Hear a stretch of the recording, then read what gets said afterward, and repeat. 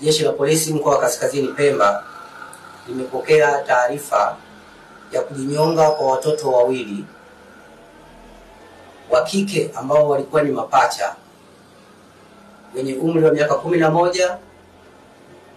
ambao walikuwa wanasoma darasa la 5 katika skuli ya Kizimbani wilaya ya Wete. Tukio hilo la kujinyonga la hawa watoto tumelipokea jana tarehe 17 mwezi wa 11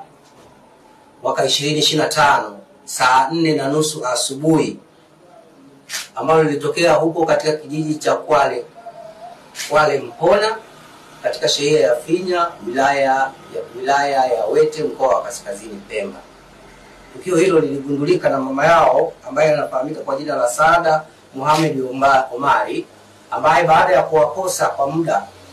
mrefu akaanza kuwatafuta na hatimaye kukuta miili yao inaning'inia kwenye mti, juu ya mti umbali kama mita 100 kutoka katika eneo la nyumba yao. Miili yao imefanywa uchunguzi na daktari dhamana wa hospitali ya wilaya ya Wete iliyoko Kinyasini, na wamekabidhiwa ndugu wa marehemu kwa ajili ya taratibu zingine za maziko.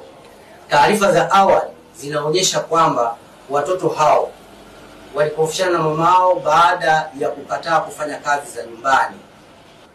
ndipo wakawa wanalazimishwa na mama yao, na ndipo wakaondoka kabisa katika eneo lile la mama yao, na huko ndipo walipokwenda kujinyonga hadi kufa.